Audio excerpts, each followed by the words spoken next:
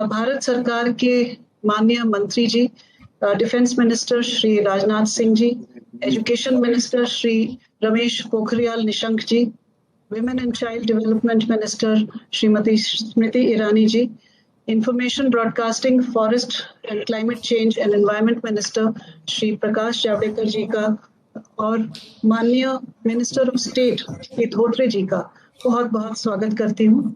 यहाँ पर सर हमारे साथ आज माननीय मुख्यमंत्री झारखंड से और माननीय मुख्यमंत्री गोवा से जुड़े हुए हैं। आपका सर बहुत स्वागत है। डेप्यूटी चीफ मिनिस्टर दिल्ली से और deputy chief minister Uttar Pradesh से भी हमारे साथ आज जुड़े हुए हैं। आपका भी बहुत बहुत स्वागत है सर। विभिन्न राज्यों से जुड़े हुए हैं हमारे शिक्षा मंत्रीगण और लेफ्टिनेंट गवर्नर्स भी हैं, यूटीज के एडवाइजर्स, एडमिनिस्ट्रेटर्स हैं, राज्यों के शिक्षा सचिव हैं और बोर्ड ऑफ असेसमेंट्स जो सेकेंडरी बोर्ड ऑफ एग्जामिनेशंस हैं उनके चेयरपर्सन्स हैं, वो भी जुड़े हुए हैं। आप सबका मैं बहुत स्वागत करती हूँ। ये कंसल्टेशन प्रोसेस जो है ये एग्जाम्स के बारे में है और खास करके बोर्ड एग्जाम्स 12th स्टैंडर्ड, क्योंकि ये जो महामारी है इसने सारे राज्यों को इम्पैक्ट किया है, सेंटर को भी इम्पैक्ट किया है in terms of board exams and also जो एंट्रेंस एग्जाम्स होते हैं कॉलेज लेवल्स के, क्योंकि ये दोनों कनेक्टेड हैं, इसलिए ये कंसल्टेशन प्रोसेस के लिए आप सब यहाँ आए हैं। इसके लिए आपके हम बहुत आभारी हैं। इस कंसल्टेशन प्रोसेस को आगे बढ़ाने के लिए सबसे पहले मैं रिक्वेस्ट करूंगी कि वेलकम एड्रेस देने के लिए श्री संजय धोत्रे जी, जो हमारे माननीय केंद्रीय शिक्षा राज्य मंत्री जी हैं। श्री धोत्रे जी।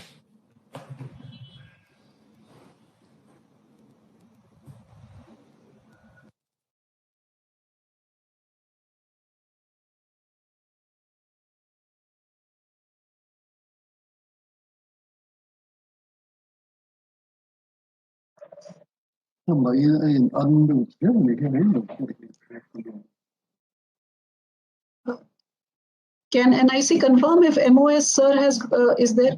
संजय धोत्रे सर, आपको रिक्वेस्ट है कि आप वेलकम एड्रेस दें। जी सर। He's present. नमस्कार। भारत के रक्षा मंत्री आदरणीय श्री राजनाथ सिंह जी, केंद्रीय मंत्रिमंडल में मेरे वरिष्ठ सहयोगी आदरणीय श्री प्रकाश जावड़ेकर जी, आदरणीय श्रीमती स्मृति ईरानी जी, शिक्षा मंत्री आदरणीय डॉक्टर रमेश पोखरियाल निशंक जी, गोवा के मुख्यमंत्री प्रमोद सावंत जी, झारखंड के मुख्यमंत्री हेमंत सोरेन जी,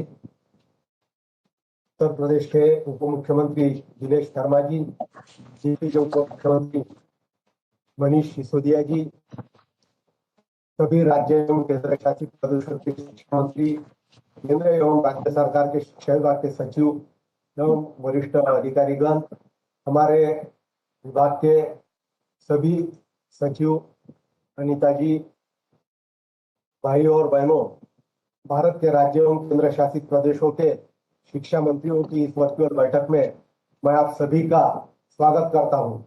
हमने यह बैठक कोविड-19 की दूसरी लहर के पृष्ठभूमि में बुलाई है। कोविड-19 की दूसरी लहर ने शिक्षा क्षेत्र को बहुत ही बुरी तरह से प्रभावित किया है। इस घातक वायरस ने पिछले 2 महीनों में कई शिक्षकों, कर्मचारियों, छात्रों और अभिभावकों को हमसे छीन लिया है। मैं उन्हें अपनी विनम्र श्रद्धांजलि अर्पित करता हूं। ईश्वर से मेरी प्रार्थना है कि उनके परिवारजनों को इस कठिन परिस्थिति से मजबूती से बाहर आने के लिए ईश्वर शक्ति प्रदान करें। आज की इस बैठक में हमारे बीच भारत के रक्षा मंत्री और हमारे मार्गदर्शक वरिष्ठ नेता आदरणीय श्री राजनाथ सिंह जी उपस्थित हैं। माननीय रक्षा मंत्री जी का स्वागत करते हुए मुझे अपार प्रसन्नता हो रही है। हम आभारी है कि अपने व्यस्त कार्यक्रम के बावजूद आपने इस बैठक के लिए समय निकाला है। यह छात्र और शिक्षक समुदाय के लिए आपकी गहरी प्रतिबद्धता को दर्शाता है। महोदय, मैं आपका स्वागत करता हूं।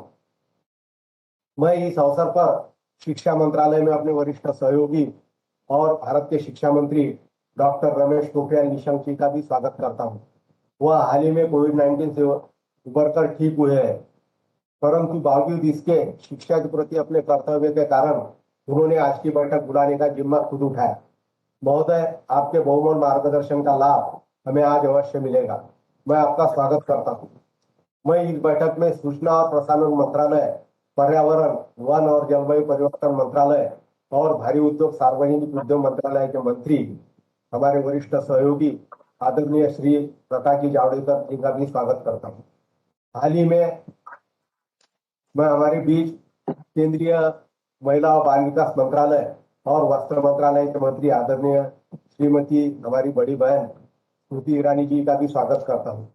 आप दोनों सरकार के वरिष्ठ और अनुभवी मंत्री हैं तथा आप दोनों ने पूर्व में शिक्षा मंत्रालय का नेतृत्व भी किया हुआ है।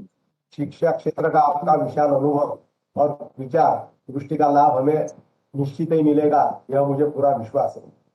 मैं इस बैठक में सभी राज्यों और केंद्र शासित प्रदेशों के शिक्षा मंत्रियों का भी स्वागत करता हूँ, मुख्यमंत्री उप मुख्यमंत्रियों का भी स्वागत करता हूँ।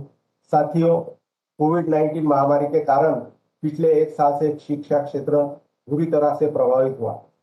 ट्रेडिशनल वे ऑफ लर्निंग में चुनौतियां उत्पन्न हुई, लेकिन आदरणीय प्रधानमंत्री जी श्री नरेंद्र मोदी जी के नेतृत्व में हमें यह प्रेरणा दी कि छात्रों को सुरक्षा को ध्यान में रखते हुए किस प्रकार से हम शिक्षा को आगे बढ़ा सकते।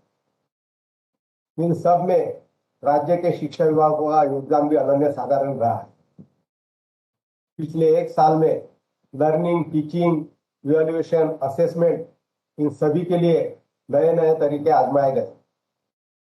छात्रों को, शिक्षकों को एवं अभिभावकों को भी अपने आप को नए परिस्थितियों के अनुरूप ढालना पड़ा। आप सभी के योगदान के कारण इन बाधाओं को पार करने का हमारा प्रयास जारी है। Dear friends, I am conscious of the fact that all my colleagues from the states and UTs are extremely busy during these days. They are not only leading the education sector in their states, UTs, but many of them are also directly involved in COVID-19 related responsibilities. Many of them have also suffered personally. Their friends or families have been badly affected. Despite this, they are present today for this meeting. Though the notice period was short and it is a Sunday today, this speaks volumes about their commitment for children of this nation and their desire to find a solution for the students. I am extremely happy to welcome all my colleague ministers from the states and union territories. I also welcome senior officers from education departments of the state and the center. I am sure that together we will be able to come up with solutions which will ensure that we move forward without compromising the safety of students and teachers as well as the quality of education. I am sure that all the honorable ministers will give valuable suggestions based on their vast experience, which will help the students carry on their academic pursuit unhindered. Thank you. Jai Hind. Namaskar. धन्यवाद sir. अभी मैं माननीय शिक्षा मंत्री doctor Ramesh Pokhriyal Nishank जी को request करती हूँ कि चर्चा की प्रस्तावना इस बैठक में रखें।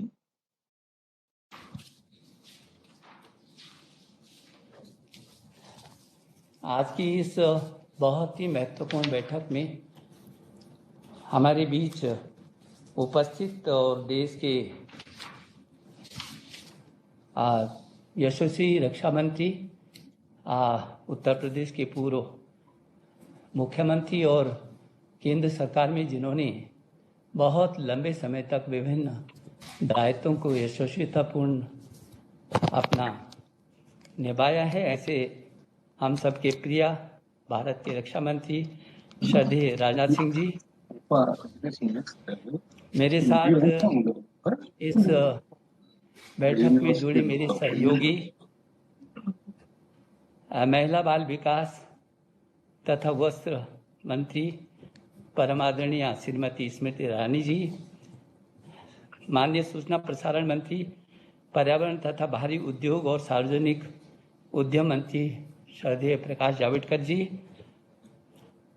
हमारे साथ आज मुख्यमंत्री जुड़े हैं आदरणीय हेमंत सोरेन जी झारखंड से, और श्री प्रमोद सावंत मुख्यमंत्री गोवा, श्री दिनेश शर्मा जी उप मुख्यमंत्री उत्तर प्रदेश, आदरणीय श्री मनीष सिसोदिया उप मुख्यमंत्री दिल्ली, हमारे सभी राज्यों के परम आदरणीय शिक्षा मंत्रीगण और हमारे बीच यहाँ पर संघ राज्य क्षेत्रों के उपराज्यपालगण और सलाहकारगण, सभी सचिवगण, भारत सरकार में मेरे सहयोगी उच्च शिक्षा सचिव अमित खरे और स्कूली शिक्षा सचिव श्रीमती अनीता करवाल और ऑनलाइन माध्यम से जुड़े हम सभी जो लोग हैं, मैं आपका इस महत्वपूर्ण बैठक में हृदय की गहराइयों से अभिनंदन कर रहा हूं। मुझे उम्मीद है कि आप सभी स्वस्थ होंगे, अपने परिवार और प्रियजनों की तरह सबकी देखभाल भी कर रहे होंगे। सर्वप्रथम मैं उन परिवार के प्रति अपनी गहरी संवेदना व्यक्त करता हूं जिन्होंने महामारी में अपने प्रियजनों को खोया है। मैं ईश्वर से प्रार्थना करता हूं कि इस कठिन समय में हम सभी को शक्ति प्रदान करें। Namaskar. I hope all of you are healthy and taking good care of your family and the loved ones. I want to express my deepest condolences to the families who have lost their loved ones during this pandemic. I pray to God to give strength to all of us during these difficult and challenging times. आज Covid महामारी की दूसरी लहर के मद्देनजर या और भी अनिवार्य हो गया है कि हम स्वयं की रक्षा करें और साथ ही अपनी शिक्षा प्रणाली को सुचारू संचालन भी सुनिश्चित करें ताकि हमारे छात्रों को कोई नुकसान न हो और जो हमारे भारत के भविष्य हैं उनका भविष्य उज्जवल हो। Today, in the view of the second wave of the COVID-19 pandemic, it has become even more imperative that we protect ourselves. At the same time, we have to ensure smooth functioning of our education system so that our students, who are the future of India, do not face the impact of the pandemic. पिछले एक साल में Covid की विषम परिस्थितियों के बावजूद राज्य और केंद्र हमने मिलकर के उन चुनौतियों का मुकाबला किया है। आप सबके सहयोग से हम अपनी शिक्षा प्रणाली को सफलतापूर्वक ऑनलाइन मोड पर ला सके और हमने घरों को ही स्कूल में तब्दील कर दिया। 25 करोड़ से भी अधिक छात्र छात्राओं को घरों पर ही पहुंचाने की कोशिश की है। ये शायद दुनिया का अपने में एक अद्भुत उदाहरण होगा। Over the past year, despite the odd circumstances of the COVID-19 pandemic, we have jointly transformed the challenges into opportunities. With your cooperation, we were able to successfully bring our education system to online mode, and we converted homes into schools. 25 crore children have been educated in this mode, and this may be the world's first example where such a large number of students have been educated online. हमें पुनः team India के रूप में आगे आने वाली परीक्षाओं को आयोजित करना होगा ताकि हमारे बच्चों का जीवन भी सुरक्षित रहे और उनका भविष्य भी। इसी सोच के साथ आज इस विचार विमर्श की प्रक्रिया में हम सभी लोग यहाँ पर एकत्रित हुए हैं। We have to again conduct the upcoming examinations in the form of a team India so that the lives of our children stay safe as well as their future. With this thought, today this deliberation process has been initiated. मैं कह सकता हूं कि पिछले एक वर्ष में सभी राज्यों ने एक से बढ़कर एक सर्वोत्तम प्रयास किए हैं। सभी का नाम लेना भी संभव नहीं है। आप सभी प्रदेशों ने अपने स्तर पर हर संभव प्रयास किए, शिक्षा व्यवस्था को नए स्वरूप दिया। मैं आपका इन अद्भुत प्रयासों के लिए हृदय की गहराई से बहुत बहुत आभार प्रकट करना चाहता हूं। I would like to thank from the bottom of my heart for all the efforts that all the state governments have taken to address the problems of the education system. Here I cannot take the name of any each individual state, but all the states have done wonderful work during this COVID pandemic. मुझे आप सबसे यह भी साझा करते हुए आनंद की अनुभूति होती है कि शिक्षा मंत्रालय ने पीएम ई विद्या के अंतर्गत एक digital platform one nation one digital channel Diksha एक कक्षा, एक चैनल रेडियो, कम्युनिटी रेडियो के माध्यम से शिक्षा को निरंतर बनाए रखने की दिशा में बहुत सारे सफलता प्रयास किए हैं। मुझे ये भी बताते हुए खुशी होती है कि दीक्षा के माध्यम से 315 करोड़ से भी अधिक शिक्षण सत्र का आयोजन हुआ है। यह भी संभवतः पूरी दुनिया के लिए एक अलग ही मानक स्थापित हुआ होगा। I am delighted to share with all of you that the Ministry of Education has made successful efforts towards maintaining the continuity of education through One Nation, One Digital Platform, Diksha, One Class, One Channel, radio, community radio under the PM eVidya package. I am also happy to share that through Diksha, more than 315 crores teaching sessions have been organized. As I have already said, this is one of the world's first example where such a large online education system has been conducted. मुझे याद है कि विगत वर्ष मैंने अनेकों बार आपसे लगातार सीधा संवाद किया और हर बार आपका बहुत सहयोग मिला। अभी कुछ दिन पहले हमने सभी राज्यों के शिक्षा सचिवों के साथ भी संवाद किया। इस संवाद से मुझे बहुत महत्वपूर्ण सुझाव मिले हैं सभी राज्यों से, जिन पर सकारात्मक कार्रवाई की जाएगी, ये मैं आपको आश्वस्त करना चाहता हूँ। Today, through this meeting, I want to express my gratitude towards each one of you. It is the result of an effective coordination between the center and states that we were all able to ensure the well-being of our students. I remember that last year I had a continuous dialogue with all of you, and just a few days ago, I had interacted with the education secretaries of all the state governments. I have received very valuable, important feedback from this dialogue, and I would assure you that affirmative action will be taken on all the suggestions received. मुझे इस बात का भी संतोष है कि पिछले वर्ष आप सभी के बहुत ही सहयोग से हम परीक्षाओं का सफलतापूर्वक संचालन कर पाए। सीबीएसई के जो बचे हुए पेपर थे, उनको आपकी मदद से हमने पूरा किया और समय पर रिजल्ट भी आउट किया। केंद्र और राज्यों के बीच के आपसी समन्वय और प्रभावी सहयोग के कारण हम जेईई और नीट की परीक्षा आयोजित करने में सफल रहे। 21 लाख से भी अधिक छात्रों ने भागीदारी की और मैं समझता हूं कि कोरोना काल की पूरी दुनिया की ये सबसे सफलतम परीक्षा थी और सुरक्षित परीक्षा थी। I would also like to share with you that with your support, we were able to successfully conduct various competitive examinations last year. Due to mutual coordination and effective cooperation between the center and the states, we have successfully conducted JEE and NEET examinations, which saw the participation of more than 21 lakh students. मैं सभी राज्यों के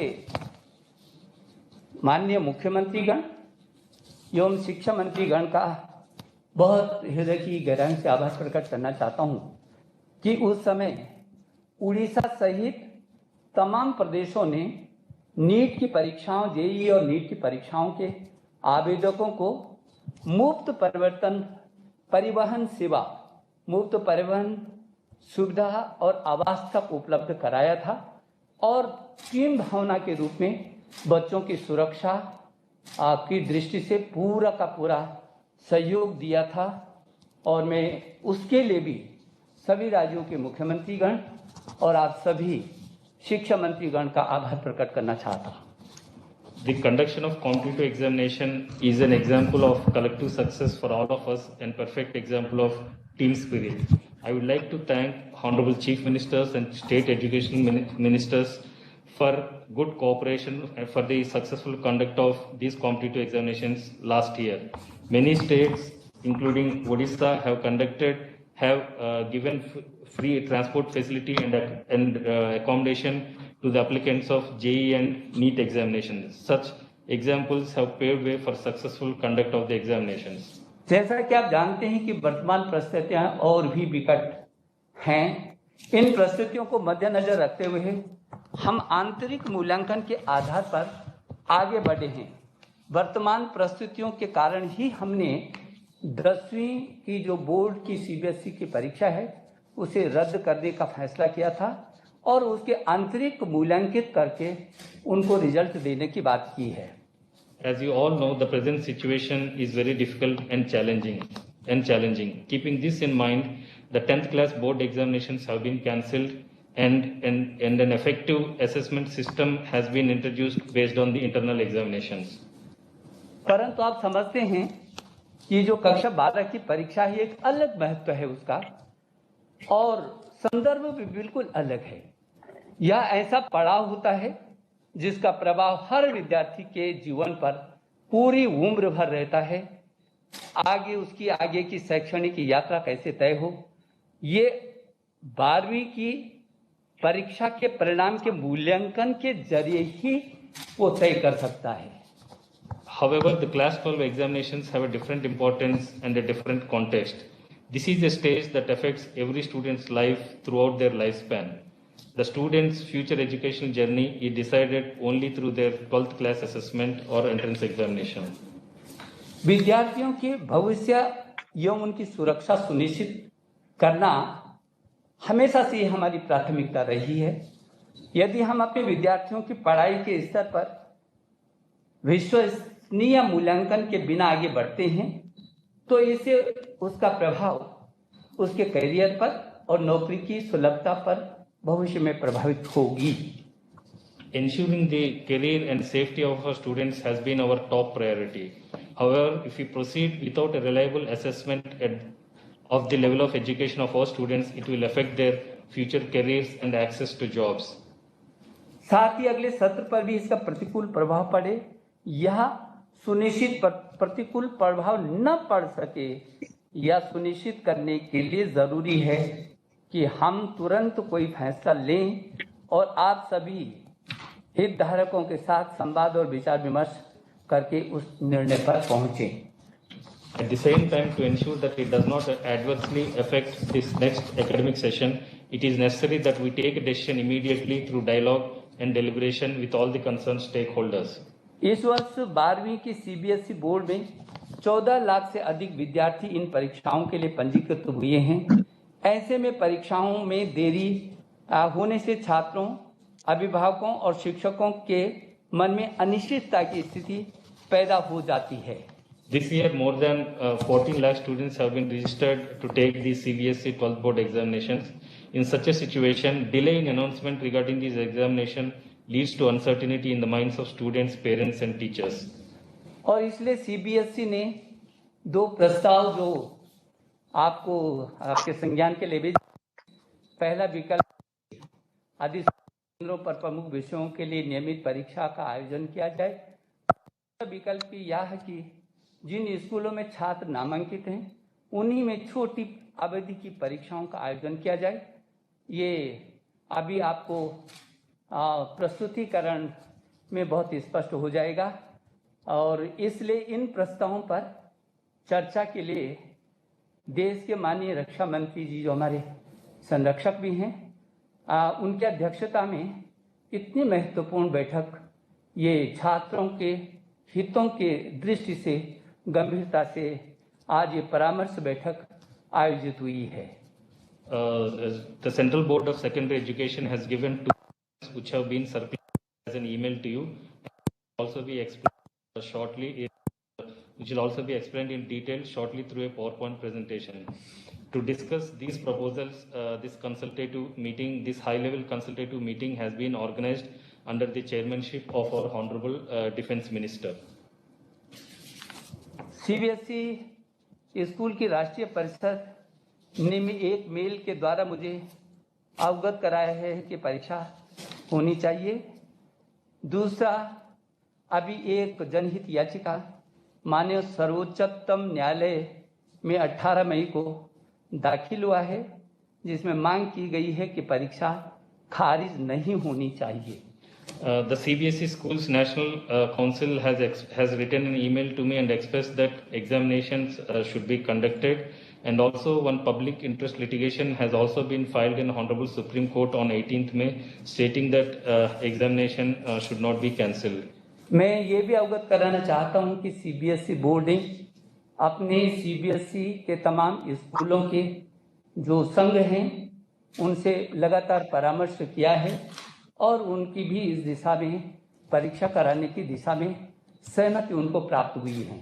The Central Board of Secondary Education has done wide consultations with various schools and the other stakeholders involved in this, and it has got approval from all the stakeholders regarding conduct of the examinations. मेरा आपसे बहुत ही विनम्र निवेदन है कि आप अपने देश भर के सभी इन विद्यार्थियों के हित में जो सीबीएसई की 12वीं की परीक्षाओं के आयोजन के बारे में आज अपने बहुत महत्वपूर्ण सुझाव देंगे और निश्चित रूप में श्रद्धेय राजनाथ सिंह जी के सानिध्य में हम किसी स्थान पर पहुंचेंगे। आप सभी शिक्षा प्रणाली के महत्वपूर्ण आधार स्तंभ हैं। मैं आशा करता हूं कि आप जो सुझाव देंगे उनसे हम हर चुनौती का मुकाबला करेंगे और अपने बच्चों के भविष्य और सुरक्षा दोनों को सुनिश्चित करेंगे। मैं आपका सबका अभिनंदन करता हूं। I request you to give your suggestions on the basis of which a desirable decisions will be taken regarding the conduct of Class 12 examinations in the interest of all students across the country. All of you are all important stakeholders of our education system, and I hope that your suggestions will help us overcome these challenges and ensure a bright future of our children. Thank you. Jai Hind. Thank you very much, sir. Now I will request the Secretary, Department of Higher Education, Shri Amit Khareji, to make a presentation on the entrance examinations at all India level.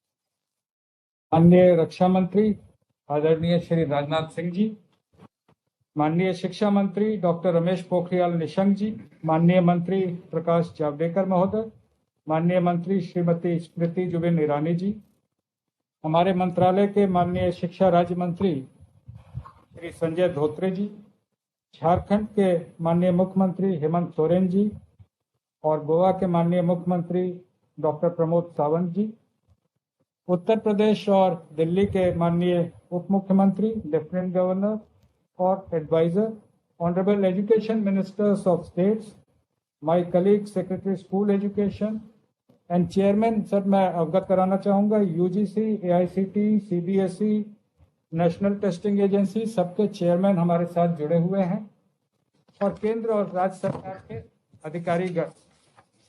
Sir, क्योंकि आज का अवसर राज्यों के विचार लेने का है, इसलिए मैं बहुत ही संक्षेप में केवल 5 स्लाइड में विषय प्रवेश कराना चाहूंगा। After the class 12 exam there are some major examinations which are conducted for entry into engineering, medical, agriculture and other streams. पहली परीक्षा जेईई मेन की है। इसमें सर 11 लाख स्टूडेंट अपियर होते हैं। ये परीक्षा कंप्यूटर बेस्ड होती है। It is a computer based test and it is only for 3 hours. For the requirements of the COVID situation, we have made it 4 times in a year. So a student who misses 1 cycle can always appear in the next exam. 2 cycles have already been covered in February and March. There are remaining 2 cycles. This exam is also used by many state governments for entry into engineering colleges of their states. तो ये sir हमारे साथ साथ जो हमारे NIT के हैं उसके अलावा बहुत से राज्यों के इंजीनियरिंग कॉलेज में भी प्रवेश इसी से मिलता है। दूसरी परीक्षा है सर जेईई एडवांस, जो आईआईटी में प्रवेश के लिए है, केवल आईआईटी के लिए। इसमें 2.5 लाख छात्र अपियर होते हैं। ये 1 दिन की परीक्षा है और ये भी 3 घंटे की है, जो कि कंप्यूटर बेस्ड है। सबसे बड़ी परीक्षा सर मेडिकल में एंट्रेंस के लिए है, NEET, National Eligibility cum Entrance Test. इसमें 16 lakh examinees are there sir. ये परीक्षा सर ओएमआर शीट से होती है। ये थोड़ा सा अंतर है, पुरानी जो अन्य परीक्षाएं हैं वो कंप्यूटर बेस्ड थी। एग्रीकल्चर के लिए सर कंप्यूटर बेस्ड परीक्षा है, उसमें 2 लाख स्टूडेंट अपियर होते हैं। पिछले वर्षों का अगर देखा जाए सर, मैं बहुत आभारी हूँ राज्यों का, इतनी विषम परिस्थिति में भी, जो माननीय शिक्षा मंत्री ने भी धन्यवाद दिया कि विषम परिस्थितियों में भी पिछले साल हम लोग परीक्षा करा पाए थे। Normally sir joint entrance exam April में होता है मेन, लेकिन पिछले वर्ष कोविड के कारण सितंबर में हमने कराया। वो डेट सेकंड कॉलम में हमने लिखी है किस डेट को ये कराया गया। वैसे ही सर जो जेई एडवांस्ड है जो कि मई में होता है, वो 27 सितंबर को पिछले साल कराया गया। नीट की परीक्षा हम लोगों ने पिछले वर्ष 13 सितंबर को कराई। अमूमन सर ये मई के माह में होती है, 2019 में 5 मई को हुई थी। जो एग्रीकल्चर की परीक्षा है वो जुलाई में होती है, वो भी हमने पिछले साल सितंबर में कराई और नवंबर से एकेडमिक सत्र शुरू हुआ। We are very grateful to all the state governments because all the examination centers, and as Honorable Minister said, many states even provided transport and accommodation to the examinees, तो उनके सहयोग से कराई। इस वर्ष सर हालांकि अभी समय है, सितंबर में पिछले साल हुई थी, लेकिन राज्यों के विचार आ जाएं कि कब ये परीक्षाएं की जाएंगी तो उससे आप सहूलियत लेंगे। इसके अलावा सर एक महत्वपूर्ण विषय ये है, ये प्रोफेशनल एग्जाम्स के लिए एंट्रेंस एग्जाम है। इसके अलावा 1,10,00,000 students are there in universities, first year admission, and many of the mostly their admissions are based on class 12 result. तो 12वीं की परीक्षा के आधार पे 1,10,00,000 छात्र अपने अपने विश्वविद्यालयों में प्रवेश पाते हैं। तो मैं अनुरोध करूंगा कि सेक्रेटरी स्कूल 12वीं परीक्षा के बारे में विषय प्रवेश करें। सेक्रेटरी स्कूल अनीता करवल। Thank you very much, sir. NIC sir presentation upload कर दें। जैसा कि सर ने अभी बताया कि एक कंटिन्यूटी होती है 12वीं कक्षा और हायर एजुकेशन के बीच में, तो मैं कुछ 7-8 स्लाइड्स में आपको CBSE एग्जाम्स और उसका relationship with the country and with other exams, इसके बारे में थोड़ा बताना चाहूंगी।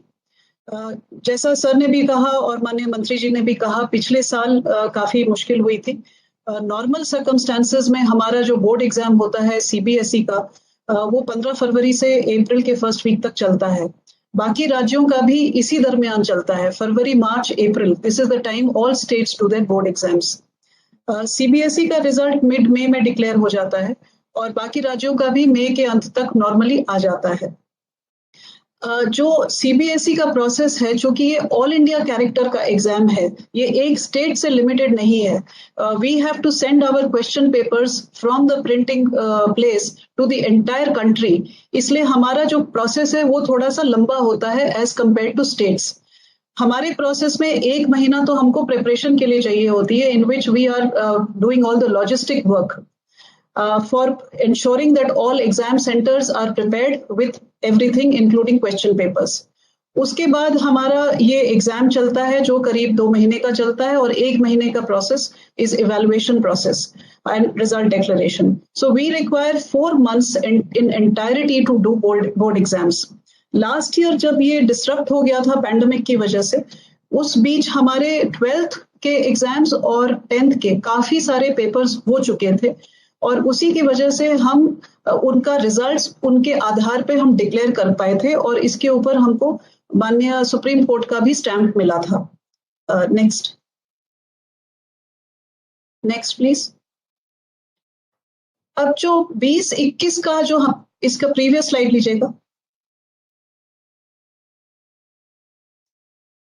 जो 20-21 में जो हम लोगों ने सोचा था वो हमने शेड्यूल जनवरी में ही बाहर निकाल दिया था, क्योंकि स्कूल सितंबर तक तो पूरे कंट्री में बंद रहे थे। अक्टूबर से धीरे धीरे खुलना शुरू हुए थे और कई राज्यों में जनवरी तक भी खुले हैं स्कूल्स। दैट इज वाई हम लोगों ने 4 मई to 14 जून का शेड्यूल बाहर निकाला था। लेकिन अभी ये सिचुएशन को देखते हुए जो 21.5 lakh students who belong to class 10th, we cancelled the exams and we have come out with a system of objective assessment on the basis of their internals and practicals. और ये process, this is going on in the schools and this process will be completed in the month of June. जो 12th standard का exam है, जैसे कि खरे sir ने भी कहा और माननीय मंत्री जी ने भी कहा, ये कटिंग एज एग्जाम है और इसकी जरूरत पड़ती है बच्चे को for further higher education, for studying anywhere in the country and also for going abroad. So we had decided that we will conduct the exams but we will decide when to do it and inform by 1st of June. Next ले लीजिए. Meanwhile, जैसा कि आप देख सकते हैं कि ये काफी सारे हाई कोर्ट में केसेस हुए हैं. पहला केस जो दिल्ली हाई कोर्ट का है, जिसमें ये मैटर आया था कि जो हमारा 1/5 का जो सर्कुलर था, उसमें फाइनल रिजल्ट्स के बेसिस पे मार्क्स नहीं डिक्लेयर होने चाहिए. दिस हैज बीन एडजर्न्ड, इसमें कोई डिसीजन नहीं हुआ है. एक हाई कोर्ट ऑफ बॉम्बे में गया है एक केस जिसमें PIL हुआ है कि एग्जाम्स होने चाहिए, क्लास 10th के कैंसिल नहीं होने चाहिए. High court of Cuttack has also said कि why examinations cannot be held in alternative mode. There is a PIL there. Supreme Court of India में जैसा कि खरे सर ने बताया कि ये एक लिस्टेड PIL है जो हुआ है. एंड एक केरला में एक रिट पिटिशन हुआ है कि 12th का एग्जाम्स कैंसिल नहीं होना चाहिए. अभी ये तो लीगल रहा. अब जो नेक्स्ट स्लाइड प्लीज. अब जो CBSE के जो बोर्ड एग्जाम्स हैं, जैसा कि मैंने कहा, I am talking about CBSE exams. This has an impact on all state board exams, we realise. In fact हमें हर बार पूछा भी जाता है कि CBSE कब कर रही है एग्जाम, CBSE का क्या मंतव्य है, CBSE आगे क्या करना चाह रही है. तो इसीलिए हम आपके सामने ये पेश कर रहे हैं ताकि हम लोग सब मिल करके एक मन बना सकें इसके ऊपर. CBSE का जो एग्जाम है वो 12th स्टैंडर्ड का वो और या 10th का हो, वो ऑल इंडिया कैरेक्टर का होने की वजह से हमारे जो बच्चे हैं जो राज्य में ही होते हैं, राज्य के ही बच्चे हैं, लेकिन वो राज्य के ही हायर एजुकेशन इंस्टीट्यूशंस में एडमिशन्स लेते हैं. अगर राज्य का एग्जाम पहले हो जाता है और एडमिशन पहले हो जाती है तो ये बच्चे जो उसी राज्य के हैं वो रह जाएंगे. इसलिए ये जरूरी है कि हम सब एक मन बना करके इस पे काम करें. ये हम लोगों ने ये सोचा है कि हमको स्टूडेंट्स का और टीचर्स का सेफ्टी एंड सिक्योरिटी, इसको टॉप प्रायोरिटी देना पड़ेगा. और एग्जाम हम तभी करें जब हम we find conditions are conducive. Now since there is uncertainty right now, इसलिए we have explored 2 options which we are presenting before. Next please. जो पहला ऑप्शन है, CBSE के 12वीं कक्षा में 115 जितने सब्जेक्ट्स होते हैं, जिसमें 19 मेजर सब्जेक्ट्स होते हैं और बाकी सब्जेक्ट्स या तो स्किल सब्जेक्ट्स होते हैं और subjects such as painting, music etcetera, जिसमें मेजॉरिटी पोर्शन प्रैक्टिकल का होता है जो हो चुका है, और थियोरी के मार्क्स सिर्फ 30% जितने होते हैं और वो बहुत बड़ी बात नहीं है. तो जो मेजर सब्जेक्ट्स होते हैं, जो 19 सब्जेक्ट्स होते हैं, हमारा पहला ऑप्शन ये है that we will conduct the exams only for the 19 major subjects in the routine manner, which means कि हम 3 घंटे वाला ही एग्जाम लेंगे और हम एग्जाम सेंटर जो है भले हम स्कूल में कर दें, खुद के स्कूल में, लेकिन हम 3 घंटे वाला एग्जाम लेंगे. और ये एग्जाम जो है इसकी तैयारी के लिए फिर हमको 3 महीने का समय चाहिए होगा. So this is a thing which we are not very sure whether we have so much of time. 3 months हमको एक साथ मिलेगा या नहीं मिलेगा. That is why we, and also higher education institutions में हमको एडमिशन भी टाइम से करवाना है. अगर हम ये एग्जाम फॉर एग्जाम्पल हम जुलाई में भी नहीं करवा पाए, अगस्त में शुरू करते हैं, तो अक्टूबर में जाके रिजल्ट आएंगे, नवंबर दिसंबर में admission would be too late for this semester. So we have come out with a second option. Next slide please. जो नेक्स्ट ऑप्शन है ये हम कह रहे हैं कि हम इन्हीं 19 सब्जेक्ट्स में हम एग्जाम्स करेंगे, हम बाकी में नहीं करेंगे. उसमें हम इंटरनल असेसमेंट प्रैक्टिकल्स के बेसिस के ऊपर हम मार्क्स प्रोजेक्ट कर देंगे इन 19 सब्जेक्ट्स में. लेकिन हम एग्जाम 3 घंटे के ड्यूरेशन का नहीं, we will do an exam of 90 minutes duration only. And the child will go to their own school. They will not have to go to the exam center, because exam center में 5 से 6 स्कूलों के बच्चे जाते हैं, 500 से 1000 बच्चे वहां क्राउड करते हैं. Whereas in the own school, it will not be more than 60 to 100 children, and there will be many more rooms available to the child. And we will ensure social distancing. So we will do 90-minute duration, own school exam, 19 major subjects, and the paper will be based on the existing pattern. The existing pattern जो है CBSE का, उसमें 65 से 70% existing pattern में या objective type है या very short answer type है। बाकी का पेपर इज लॉन्ग आंसर और शॉर्ट आंसर्स। तो ये जो 65 से 70% वाला जो पोर्शन है उस पे फोकस करके हम छोटा पेपर देंगे 1.5 घंटे का, और जो हम OMR शीट पर हम बच्चे से लेंगे। और ये एग्जाम हम 2 बार करवा पाएंगे। अगर हम इस तरह से करेंगे तो फर्स्ट फेज में हम जितने राज्यों का, जितने जगह का हो पाएगा वो हम करवा लेंगे, because some areas would be under containment, कुछ बच्चों के घर में ट्रेजेडी हुई होगी या कोविड हुआ होगा, उनके लिए हम सेकेंड चांस फिर से करेंगे।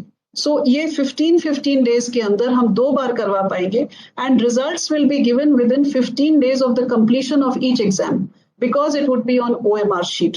एंड इवेल्युएशन भी हम स्कूल में ही करवा देंगे। We will not take the sheets like we do right now, it goes from one school to another school. It will not happen. Therefore, there will be very less movement of children and teachers. So this is our second option. Next, please. Next, please. In the event, yes, in the event a child is not able to appear in both of these, we are open to see that if the child had genuine difficulties, हम उसके लिए फिर से exam करने को भी तैयार हैं। हम लोगों ने ये सोचा है कि हम डेट्स जो है अभी जून में करने की शक्यता नहीं लग रही है, तो हम लोगों ने ये सोचा है कि 15 जुलाई से लेके 30 जुलाई का पहला फेज हो सकता है, और फर्स्ट वीक टू सेकेंड और थर्ड वीक ऑफ अगस्त का सेकेंड फेज हो सकता है, and results can be declared by 5 September. Now, this will have a bearing on all the state boards also. That is why we are giving our ideas for the dates also. And of course, there is flexibility in this. This will also depend on the situation as it turns out. And it will also depend on the decision that we take together. Next, please. I think this is the last slide. Yes. So this is the tentative schedule जो हम लोगों ने सोचा हुआ है। आप देख सकते हैं, I think we have shared this also with you, that this is how it could go on. Next, please. Thank you. So with this, sir आपकी अनुमति हो तो अब हम कंसल्टेशन प्रोसेस के लिए अब शुरुआत करें।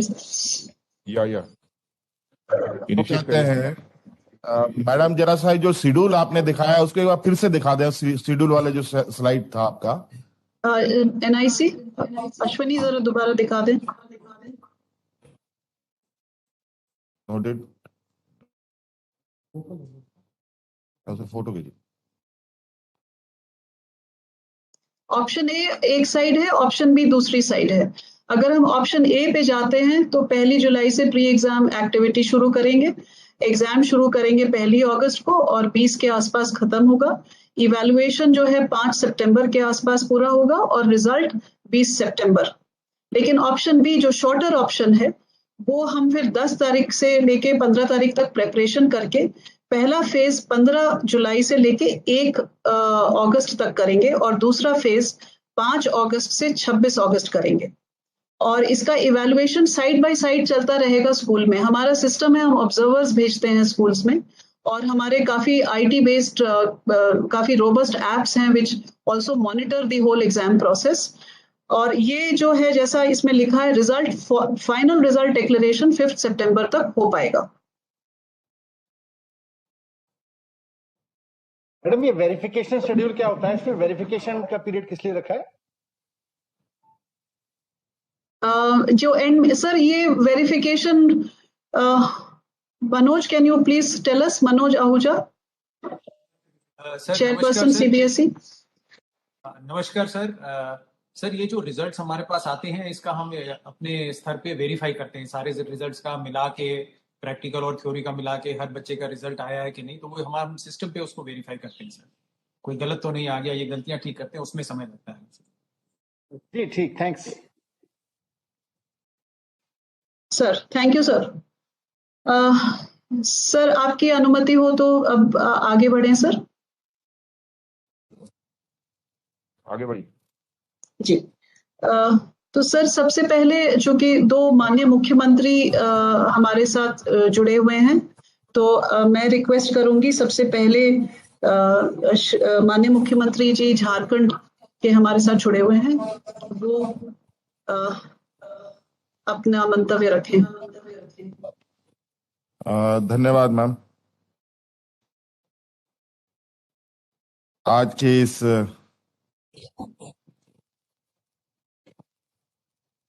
एग्जाम को लेकर, सीबीएसई और एंट्रेंस एग्जाम को लेकर आयोजित ये महत्वपूर्ण बैठक में हमारे साथ उपस्थित आदरणीय रक्षा मंत्री राजनाथ सिंह जी, आदरणीय शिक्षा मंत्री रमेश सिंह पोखरियाल जी, आदरणीय मंत्री महिला बाल विकास स्मृति ईरानी जी, माननीय सूचना एवं प्रशासन मंत्री श्री प्रकाश जावड़ेकर जी, हमारे गोवा के मुख्यमंत्री सावंत जी एवं राज्य के सभी शिक्षा मंत्रीगण,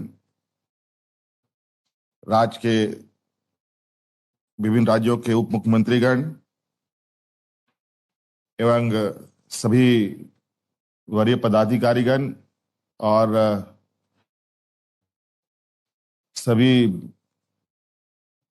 हमारे संस्थाओं के, शिक्षण संस्थानों के सभी वरीय पदाधिकारीगण, आप सभी लोगों का मैं अपनी ओर से हार्दिक स्वागत करता हूं, अभिनंदन करता हूं। आज बहुत अहम विषय पर चर्चा हो रही है। निश्चित रूप से आज इस वैश्विक महामारी में एक चुनौती के साथ साथ हमें अपनी आने वाली पीढ़ी के लिए भी चिंता करने की बहुत आवश्यक है। और इस कड़ी में जो चीजें हमें स्लाइड के माध्यम से दिखाया गया है, कुछ सुझाव भी आप लोगों ने दिया है। ये बात कुछ सुझाव अच्छे भी कहे जा सकते हैं। बहुत मुझे लगता है इस पर केंद्र सरकार ने चिंतन किया है, इसके लिए मैं उनको बहुत बहुत धन्यवाद देना चाहूंगा।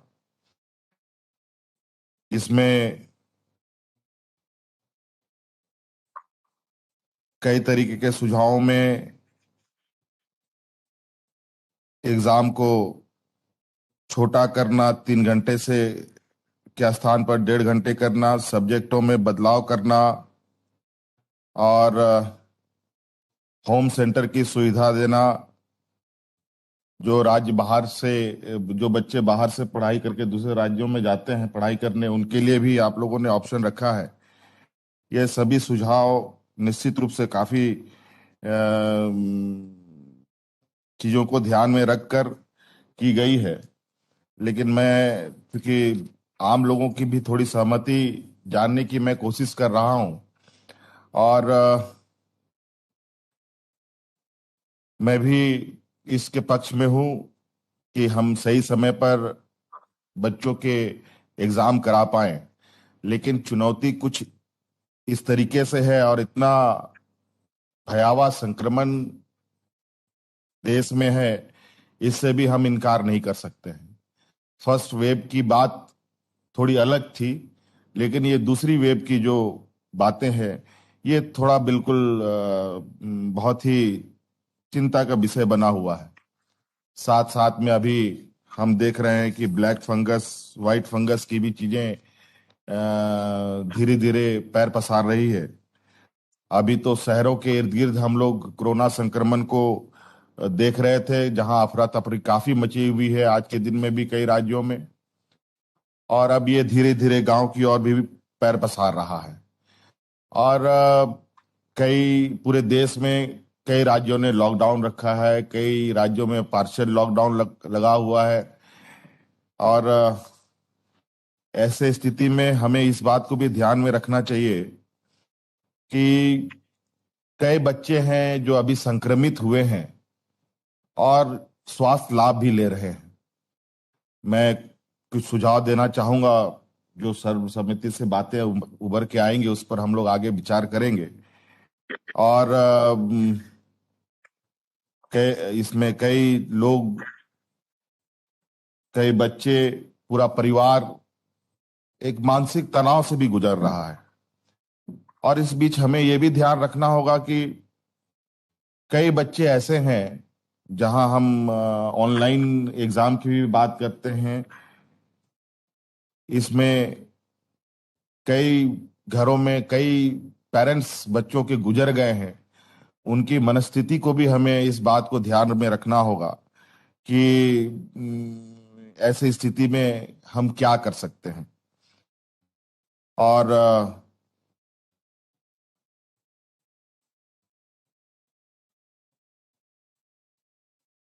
कई महत्वपूर्ण छोटी छोटी चीजें हैं जिनको हमें यह ध्यान रखना होगा कि आखिर इस चीजों पर हम लोग आगे बढ़े तो कैसे बढ़े।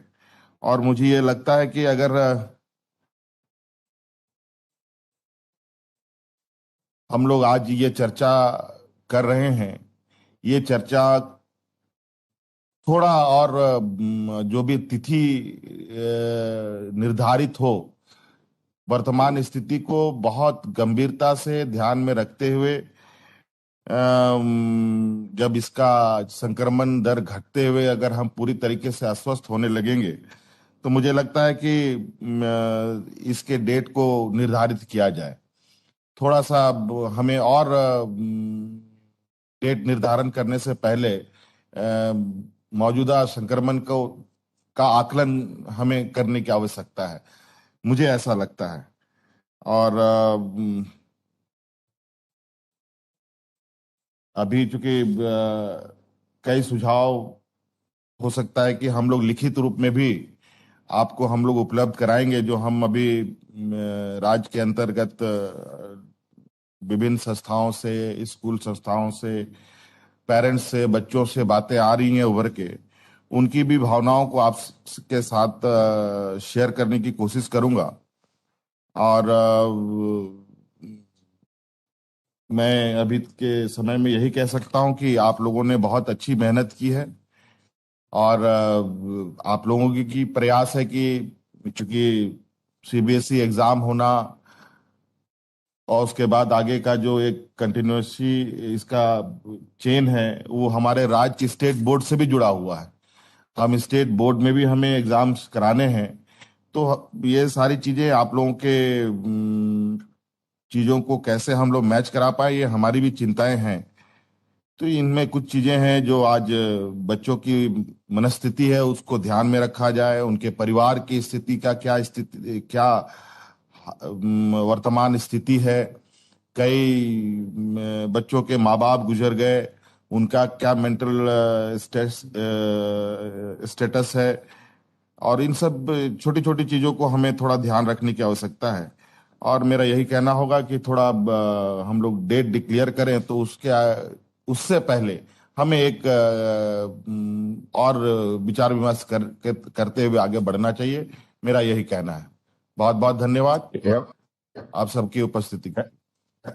धन्यवाद। हेमंत जी, सर, मैं समझता हूं हम लोग आपका ये स्वागत करेंगे यदि आपके द्वारा रिटर्न सजेशन यदि प्राप्त होता है, लेकिन यही आप सभी से अनुरोध करना चाहूंगा कि जो भी रिटर्न सजेशन मिले वह 2 दिन के अंदर हम लोगों को प्राप्त हो जाए। तो मैं समझता हूं कि अन्य लोगों से जो विचार विमर्श करना होगा वह विचार विमर्श करने में हमको सुविधा होगी। 2 दिन में आप सजेशन भेज सकेंगे तो अच्छा होगा। बिल्कुल बिल्कुल बिल्कुल सर, मैं पहले ही देने की कोशिश करूंगा सर। धन्यवाद सर। धन्यवाद सर। अब मैं रिक्वेस्ट करूंगी माननीय मुख्यमंत्री गोवा श्री डॉक्टर प्रमोद सावंत जी को। Thank you madam. आज के इस वीडियो कॉन्फ्रेंस में हमारे साथ में हैं देश के रक्षा मंत्री माननीय श्री राजनाथ सिंह जी, एजुकेशन मिनिस्टर श्री रमेश पोखरियाल जी, અને મંત્રીજી શ્રી